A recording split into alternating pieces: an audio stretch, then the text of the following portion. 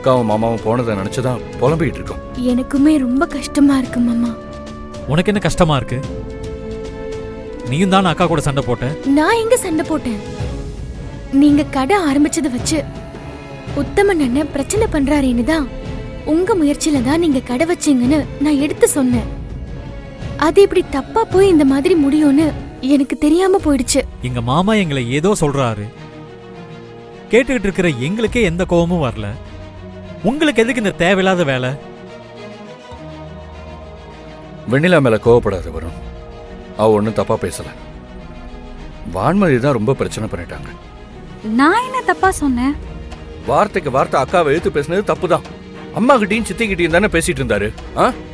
அவங்க அதுக்கு ஏதோ ஒரு பதில சொல்லி அவங்க சமாளிச்சிருப்பாங்க. நீங்க தான் சின்ன விஷயத்த பேசி பெருசாக்கிட்டீங்க. மாமா அம்மா கூட சேர்ந்து அவ்வளவு தூரம் கடைகள் எல்லாம் பாத்துக்கிட்டு இருந்திருக்காரு. அவர்கிட்ட போய் சொந்தமா உழைச்சு சம்பாதிக்கணும்னு சொன்னதெல்லாம் ரொம்ப ரொம்ப தப்புங்க. நம்ம பக்கமே திரும்புறாரு. இன்றே டவுன்லோட் செய்து உங்கள் ஃபேவரட் ஷோக்களை என்ஜாய் பண்ணுங்க.